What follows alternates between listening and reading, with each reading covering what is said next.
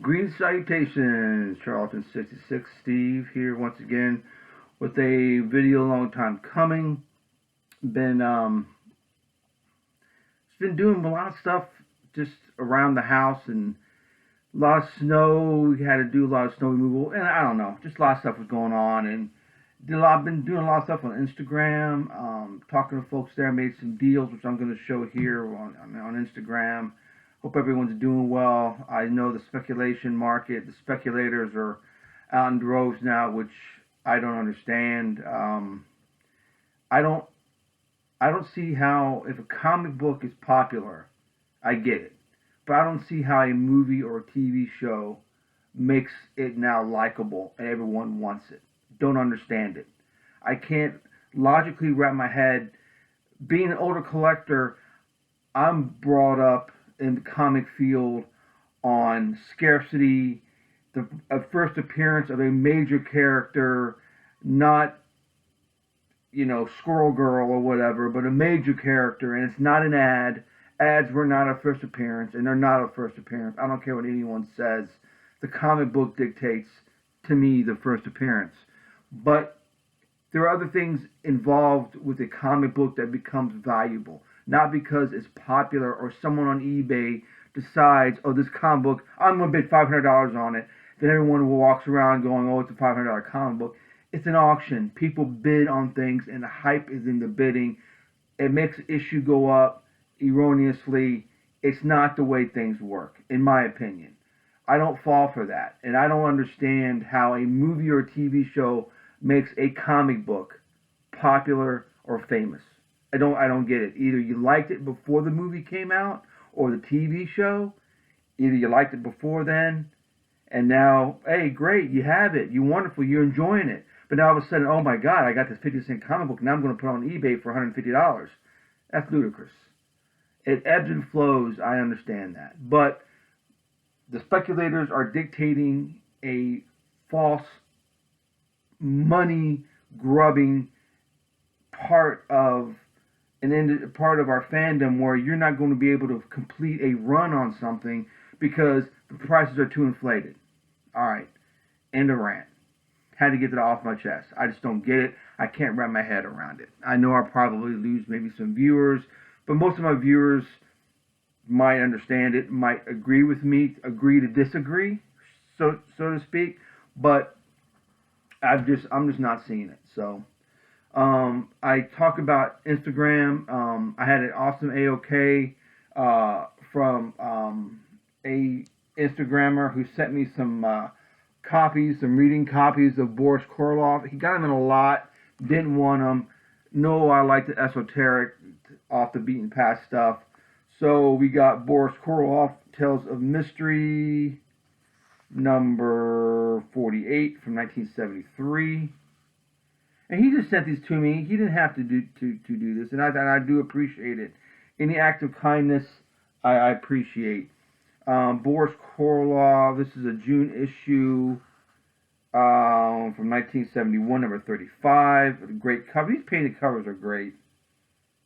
He sent that to me. Again, everything's out of his pocket. I do appreciate it.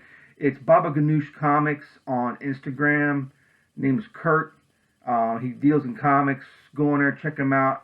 A lot of dollar deals, a lot of dollar issues, a lot of stuff he's posts. So check him out, Baba Ganoush Comics. This is an awesome cover. This is good reading stuff right here. This is number 43.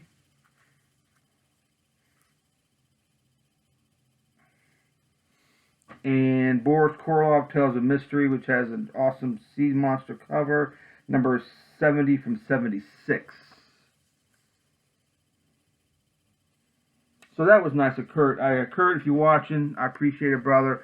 I know it's been a while since you sent those books to me, but I haven't had a chance to do a video until now, so I appreciate it. Another person on Instagram I dealt with got me a good deal on a book that I've been looking for a long period of time. It's eluded me for a while.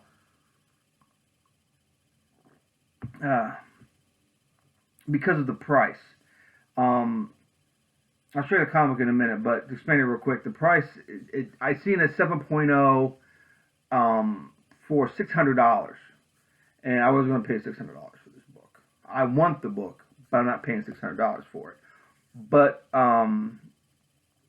Troy off of Instagram, Cuckoo or Cuckoo Comics. It's Kuku Comics, regular spelling, on Instagram.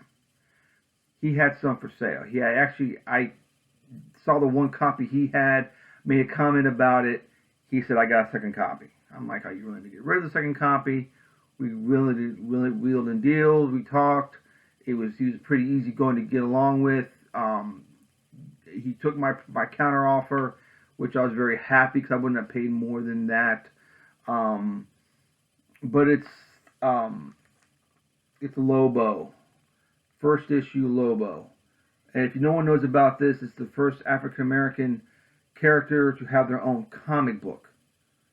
There's only 2 issues. This presents in very good, probably 4.0, 4.5. I paid $200 for it, which I was very happy to do. It goes, like I said, I've seen it. Either you're going to find it very, very cheap because no one knows what this is, or you're going to find it very, very expensive. Probably paying 3 times, 4 times guide for this book. I'm happy to do so. It's a boon to my collection. I'm happy to have it. He's got another one for sale. If anyone is interested in it, it's better condition than this one. He's got that up for sale. Again, it's Cuckoo or Cuckoo Comics, Kuku Comics, original spelling or common spelling of comics, not with the X. He's on Instagram. But again, I'm very happy to have this. Lobo, #1. Very, very cool. Presents very, very well. I'm happy to have it in my collection. I'm happy with this grade. I'm not going to pay any more than what I paid for it. Even in better condition, I'm not paying the prices they're asking for it, even though it's a very cool book. Again, I'm very happy to have this in my collection. Just because I haven't been on Instagram doesn't mean I haven't been doing things. Like I said, I've got those, bought some stuff from some sellers. I'm going to show some Hercules books here in a minute. But also, Jim Calafiore, which everyone knows who watches my channel, I'm a big fan of. I mentioned his artwork quite a bit, and his work had a Kickstarter a while back on his creator-owned project, Ned, Lord of the Pit. Nice hardback here. He does the artwork. He wrote it, drew it, inked it. Who did the coloring? I think he did. No, I think he did the coloring as well.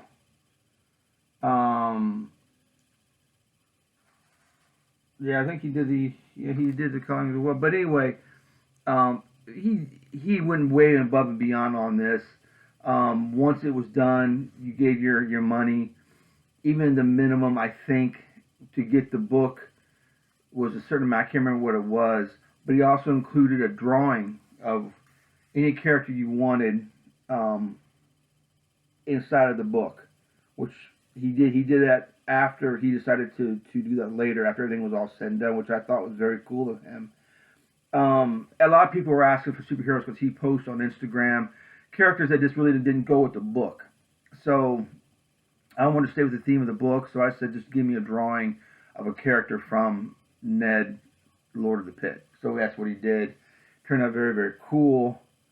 But it's a nice, the quality is very, very cool. The coloring is real nice in it. The artwork's really good. And it's a cool story. I don't want to say anything about it. There's also pinups in here by comic book artists and everything else who gave pinups for the book. But it's a decent read. It's fun. It's got a lot of good stuff in here. A lot of cool monsters. Things are going on that you'd expect in a horror. But it's not on. It takes off the beaten path. It's not the typical horror book, but it's good. It's a comedy of horrors, I think he called it. Comedy of horrors. I think is what he did. But picked that up. I was happy to get that.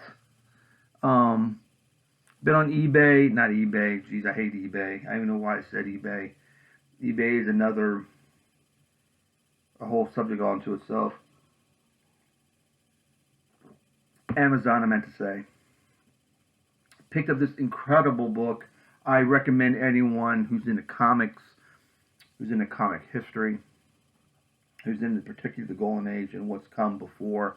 The Invisible Men, the trailblazing black artists of comic books. Quinn Quattro, which is just chock full of stuff. Just obscure, obsolete characters and stuff we never knew about, but it's got stories. It's got pictures of the artists and what they did, covering historically. It should be a textbook in art classes and history classes in general. Of course, there's Matt Baker. Of course, he's going to be in this book, but it's chock full of information. Excellent presentation, and I love this book. I've already read it. It's at the ready again, so I can refer to it, because I guarantee there's comics sitting out there in some dustbin somewhere, some under stacks of books. It's got stuff in here by some of these individuals that no one knows about. So that's cool to have. Running out of room to put stuff. Hope everyone's been doing well. I didn't say that at the beginning, but I do. One of the things I like, and people who watch my channel, are pulps. And I love the chronological history of the characters. They did one with Doc Savage, numerous references to Doc Savage. Of course, you've got Phil Jose Farmer's Doc Savage. Oh my God, I can't remember the name of it. Oh, it'll come to me. Doc Savage and His Apocalyptic Life. That has a chronological order of everything from the time he was born to this last adventure, with dates, times, how long adventures lasted. Anyway, it covers a vast area. And there are some other books that came out after that. I've got one now on Doc Savage called the Chronology of Bronze. Same thing, but it has a little bit more information. A little bit more, not more information, I should say, but more pictures of his men from the pulps and that kind of stuff. It kind of adds a little bit more flavor to it. But then this came out, which I found, it's a hardback. It retails for $33, and I found it at a used bookstore for a whopping $6, I think. How much was this? The sticker's off. I think it was like $6. No, I'm sorry, $10. It was $10. The other one I got for $6. I'm getting ready to show you. But this has the same thing. Has Avenger story. Has stories with the Avenger. Has stories with individual stories with his aides, part of the Justice Incorporated, their individual stories, and it has a chronological order of everything, of all the adventures, where he's been, what he's done is in this nice hardbound book, and I found it for $10. And it's brand new. When I cracked it, you can still hear the spine sometimes when you crack it open, that it's not even been read, I don't think. So that was really cool to have. Then the same dealer, which I've been looking for this forever. This is the Justice Society from the All-Star Comics. It's in a trade paperback. This was $6, I think. Yeah, this was $6. But I got this out of the library a long time ago when it first came out, and I said, I want this for my collection, because I had the original books from all the All-Stars, from the All-Star comic books. I have all the original ones, but you got to dig through your collection and find them, and you know how it goes. So it's good to have it in one fine piece, a chunk of material. but I could not find this thing anywhere. I know my buddy Shannon, he's got a copy, and we've talked about it before. That was good. Just can't find it. But I did, and I found it for just $6, and it's like never even been read, I don't think. But again, it's great to have this. I've read this 2 or 3 times since I've had it. It makes great reading on a snowy day with a good cup of coffee. You know, just really good stuff. Just JSA in all their glory.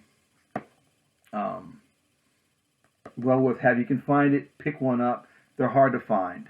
For me, it was. It took me, when I moved to this area, I checked out the library when I first moved here, which was 14 years ago. Saw it in the library, read it on my trips to work, on the bus and the metro train. So I've got to get this. Could not find it anywhere. And after 14 years, I finally found it. So yay for me. And the same guy had this awesome book. This was $15. 4-Color Fear. Of course, it's got stories, pre-code horror from the 1950s. Great stuff. And what I like at the beginning, it's got the list of all the material with the artists that contribute to what's going on. So that's that. So that's what I've been doing. I also made another deal on Instagram, and I'm sorry I can't remember the person's name. It's been such a long time ago, but I worked on some of my Hercules. And one of the things I've decided to do, which I'm going to call myself a hypocrite in a minute, because there's a comic book show tomorrow, and I'm going to go to the comic book show tomorrow to see what I can see. But the idea was for me to stop and smell the roses, so to speak. Stop and smell the roses, meaning I'm trying to organize my collection. I've been buying stuff for the collection. I've been doing everything but really sitting down and reading my books like I used to. It's been about, I still read them. I read my recent books and I read books, but not taking the time to sit down and just really absorb the books, really sit down and go, yeah, this is what it's all about. You know, drink my coffee, smell the I've read the trade paperbacks. I've been reading historical books, but none of my comic books per se as much as I think I should. So I'm smelling the roses. So one of the things I was talking about with that, give me 1 second here, I'm sorry.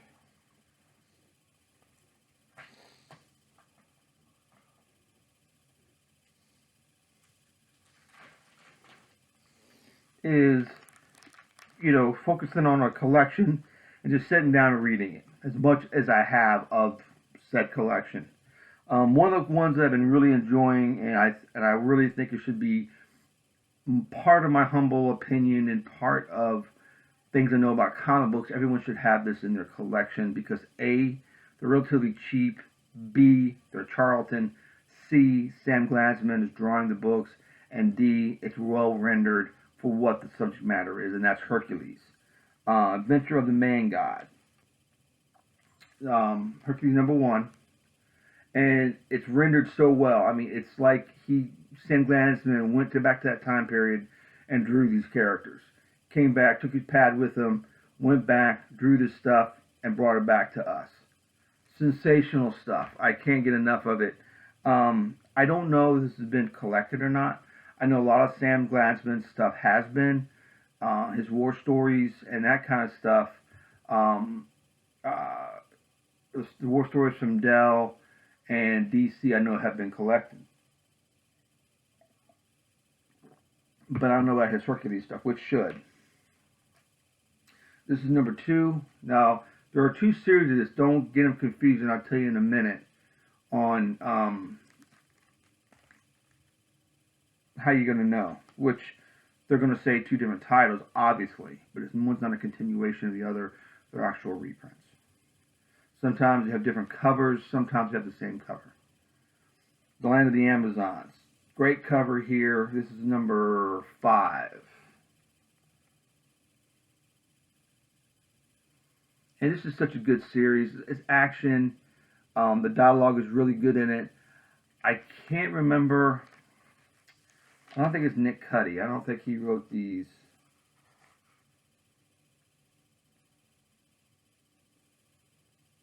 Denny O'Neil wrote this one. Sturgis O'Shaughnessy. That was, of course, Denny O'Neil's pseudonym for his other companies. I did not know he wrote for anything but DC and Marvel. But this was a good one too. The dialogue and stuff is it's believable. I mean, it's a Charlton comic book. You're going to get what you get with a Charlton, but these are the upper tier Charlton books. Number 9, Hercules number 9. The Hercules test number 9. He's versus the man-eating Saurus of Diomedes. Did I say that right? I hope I did. That's how I said it when I was reading it. Hercules number 10. This is one of my favorite covers. This is my second favorite cover, and the next one's my favorite cover. This is such a cool cover.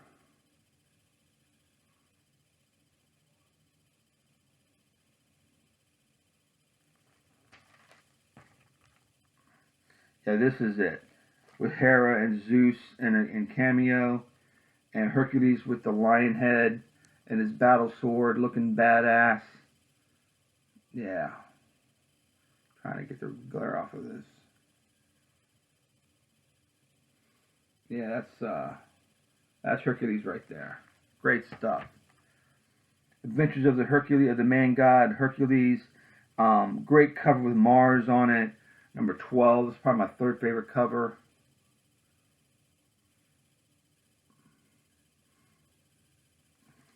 And these are such great reads. I really sat down, just like I did months ago before I just started, reading reprints and reading history books on comics. Just sitting down reading these older books. Again, Stopping to Smell the Roses. The history books are what they are. I mean, they're history. It's stuff that you know that you're going to retain. But then once you're reading these history books, you're like, man, I got to read that book. I got to read the story. I know where that's at. I need to get it out. And that's in the back of your head. So you're getting through this as much as you can, as quick as you can, so you can go and get these books and really jump into them. Here's another copy of 12. I have two copies of 12. Again, I made a deal with someone on Instagram, and it came in a lot. And I wish I remember the dude's name. I'm sorry I can't. There's a bunch of Charltons. I can't remember who it was. Now, this are the reprints, okay? Charlton Classics is what they're called, with the reprints of the Hercules stories. And these came out in the 80s. So that's how you can tell, too. Charlton Classics, number 5. Charlton Classics, number 7. Which these are filled in until I can get the original ones from my collection. Now, and also, Charlton did something weird. For 4 and 8, number 4 and number 8, they made it a magazine size, which was strange. Square bound magazine size, and it was 35 cents. Yeah, 35 cents. So this number 8 that I have, this original printing, I got it. It was 9.0 when I got it. 1268. Okay, Steve Skeets wrote the story, and the Bad Garth story is Jim Apparel work, his backup feature. But he appeared in some of these Hercules books. This is number 8. Again, issues 4 and 8 are in this, and they're scarce. So if you see them out in the wild, get them, because they're not hard. They're not easy to come by. They're not readily available. Okay, I got this Ghostly Haunts off of Hercules. This is part of that set that I got some of Hercules from. Ghostly Haunts number 81 with an awesome Jim Aparo cover.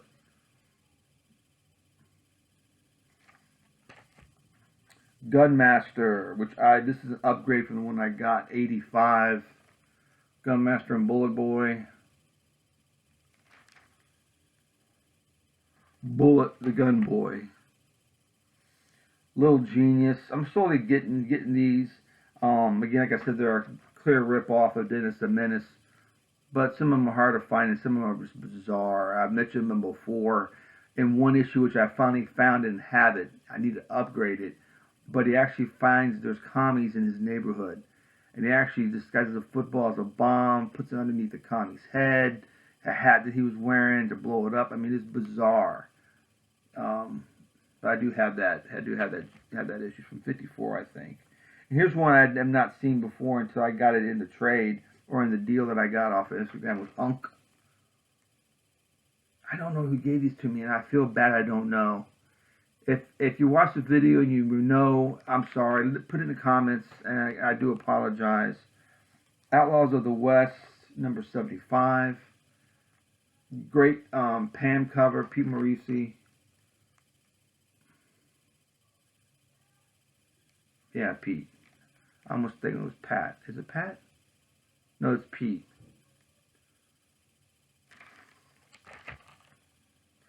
Dragon Wheels, Jack Keller all the way. Charlton, the Hot Rod books. Good Old Partridge Family. Number 14. It's a nice graded copy. Graded, but it's a nice high grade copy. You know how the girls were about Bobby Sherman. Pull out the frickin' ads and everything. I mean, the pinups. And last but not least, Rocky Lane's Blackjack. Which, happy to have in my Charlton collection. This is a Charlton book. So that's that. That's what I've been going on. On Instagram, Charlton6670. If those are on Instagram have not followed me. Then a lot of what should I say? A lot of social acting I do on Instagram. It's just easier to do sometimes than getting all your stuff together to make the video. Then you got to put everything all away. Anyway, I hope all is well, and you guys take care. I probably will, I say this now, but who knows, but I'll probably shoot another video once I come back from the comic show tomorrow and talk about what I picked up. Again, buy what you like what you buy. Don't fall for the gimmicks. Don't fall for the bullshit. It's not worth it. You have a comic book that's not worth something because it's on a TV show and now it is. It just doesn't make sense to me. Anyway, off that rant again. I had to say something again. I just can't wrap my mind around it. Maybe someone in the comments can explain how that happens. The aspect of comic book A appears in a TV show and everyone thinks it's great and they love it. How does that happen? Where you give someone who everyone loves, say Spider-Man 1, everyone loves it. Why? Because there's a lot of reasons. Tons of reasons why. Not because it appeared in a TV show, because it's historically significant. It's got appearance of a character, early appearance of a character that everybody likes. It's got artwork that everybody likes. It's got stories everybody likes. Everyone knows about it. Just because the Vision, the Ghost Vision or whatever he is, appears and outside of West Coast Avengers is flying off the shelves, go figure. I don't know. When yesterday you found it in the 50-cent bin, but today you find it behind the counter and on the wall. It's a wall book. It's crazy. All right, guys. You take care.